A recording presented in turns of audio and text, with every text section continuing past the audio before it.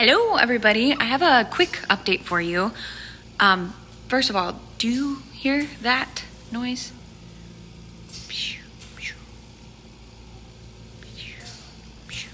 Do you know what that sound is?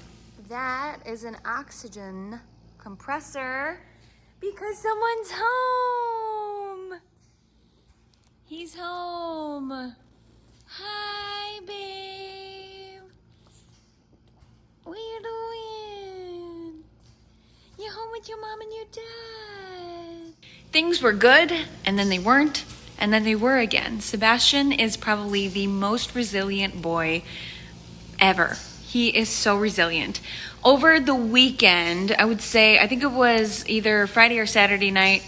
No, I'm completely wrong. It was Sunday night. Sunday night, Sebastian had another delirium episode at the hospital. We left around 9:30 and he was resting in his bed. It's the night that I posted that video. Shortly after I posted that video, I called to check in on him and he was still awake. It was like almost 12:15 or 12:30. And I was like, okay, I'm going to go back to the hospital. If he's awake in his room, we need to be there with him. So I drove to the hospital. And Mr. Man did not go to sleep until 5 o'clock in the morning on Monday morning. Sunday night to Monday morning. He did not go to bed until 5 o'clock in the morning. I got home at about 6:15 a.m. I slept for like an hour and a half, 2 hours. That's a lie. I slept for 3 hours. And I got back to the hospital around 10. But when I got there, Sebastian was good. He was very stable. Heart looks good. Chest x-ray looked good. Everything looked good. But the hospital wanted to transfer Sebastian to another floor. It's called getting sent to the floor. It's basically the next step before you go home. And they wanted to monitor him for 2 days because of these delirium episodes. And they thought, like, oh, he's just struggling coming off the withdrawal and all of that stuff. And in my gut, in my heart, I just knew that what the nurses were providing to him wasn't anything more than I could do myself at home, if that makes sense. When he was awake from midnight until 5 a.m., the nurses, and I mean this in the nicest way, they didn't do anything. There's nothing medicinally that they could have done to intervene and help him. He was just tired of being in the hospital. He was anxious of being there. He knows it's not his space. He didn't want to be there anymore. I could tell that. I don't think 100% what he was experiencing was total delirium and withdrawal symptoms. He wasn't shaking hot but cold with a fever. He wasn't having excessive diarrhea. He wasn't vomiting. He wasn't having any crazy withdrawal symptoms. And I know that withdrawal symptoms look different for everybody and every medication, but we have motherly instincts for a reason. And to me, Sebastian medically was stable. And to me, it just seemed like he was restless. He was done being in the hospital. He was stable enough to come home. The only reason why they wanted to keep him was so they can continue to wean the clonidine, which is the withdrawal medication. And I was like, listen, I could do it at home. The main reason they didn't want to send us home on the clonidine and having to taper it at home is because, and I appreciate it, they didn't want to put that stress on me, because the wean schedule on that medication is it's a lot. It's like a 10-day wean, and each day, it's 6 hours and then 8 hours and 12 hours. And in between that, the medication is going down in doses and you have to give it at specific times. So I think that they thought like they didn't want to put that on me, but if that means that Sebastian could come home, I'm fine with that. I'm very capable of that. And I don't mean that in a cocky way. I just mean that it's fine. So the surgeon came in and he asked us how we were doing and how, we felt about the transfer. And I just said, Dr. Elzine, I want to take him home. He's ready to come home. He needs to come home. I'm capable of giving all the medications that he needs on his schedule. Can I bring him home? And he said, yeah. Let's do it. Let's get him home. So I may have been a little bit pushy, but what I will say is when you are a special needs mom, you know your child.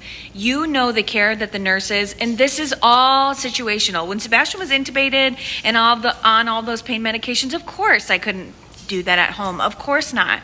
But with him being on room air, he's only on half a liter. That's like a puff of air. It's like basically room air.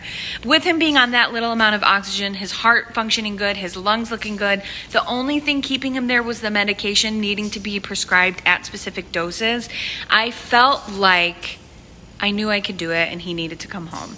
So that's why I pushed. It was a little pushy, but I will say Sebastian got home at about 8 o'clock last night.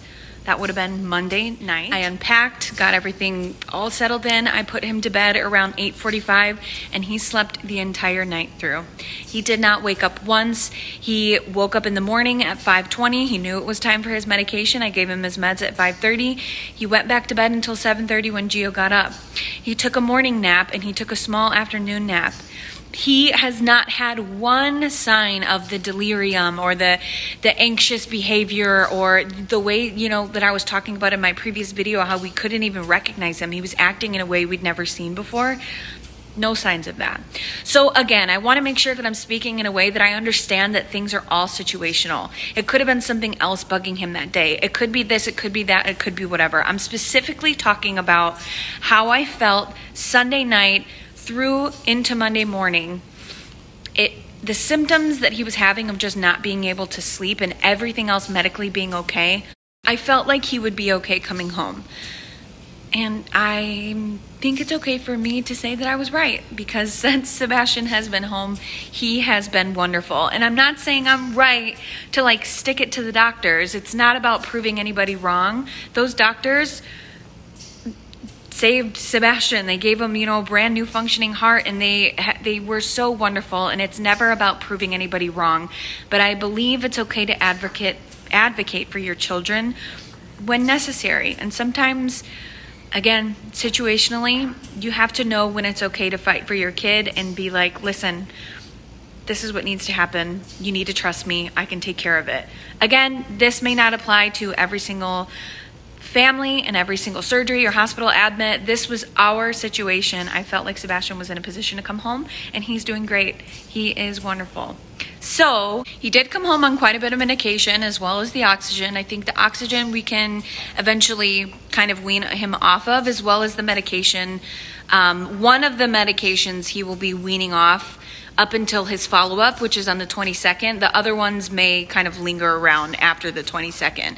But I've made a little booklet so I can write everything down and check it off when I give his medication. It just kind of helps me stay on track.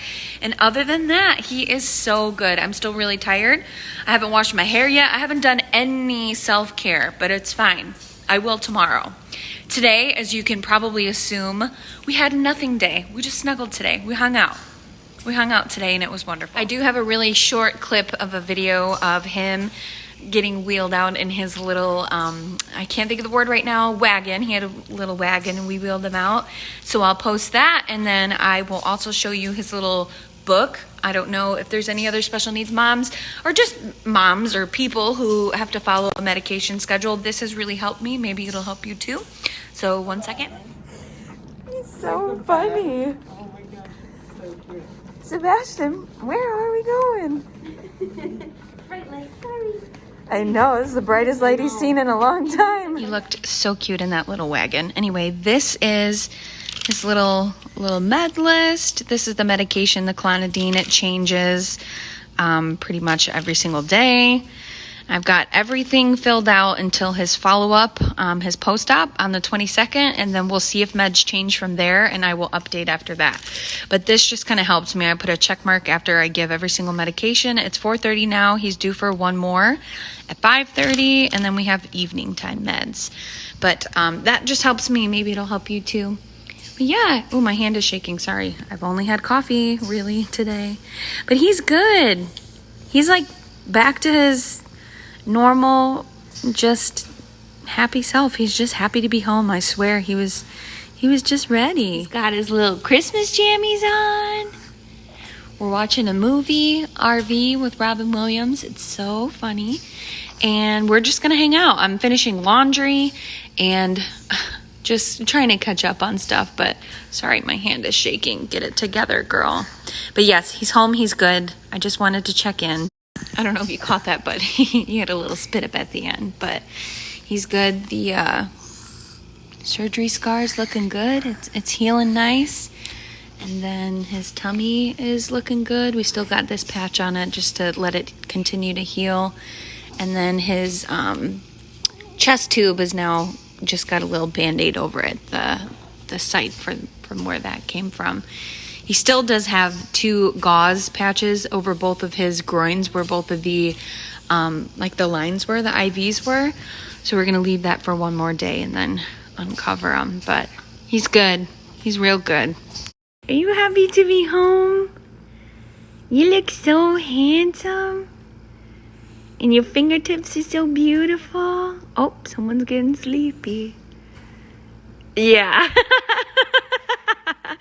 I caught you snoozing. I caught you. You were taking a quick nap. You're beautiful. You're beautiful and I love you. I love you so much. Oh my God. Anyway, I think that is it for tonight. I just wanted to check in and let you guys know that he was home and we're good. We're the best we've been in a long time. And Sebastian, he's breasting a lot, but that's okay. He needs it. And it's just nice to have him home. And if anything should come up with the medications or I feel confused or overwhelmed, obviously I will call and ask for help. I'm not above asking for help, but I think we have everything under control. So he's good. I can't stop staring at him. But we are just going to hang out for now. I've got one more medication to give him at 5:30, and then we'll do bedtime meds, and we'll check in tomorrow. Thank you all so much. It has been a crazy few months, and I feel like we're on the verge of just being able to settle in, and I am so thankful for that. Thank you.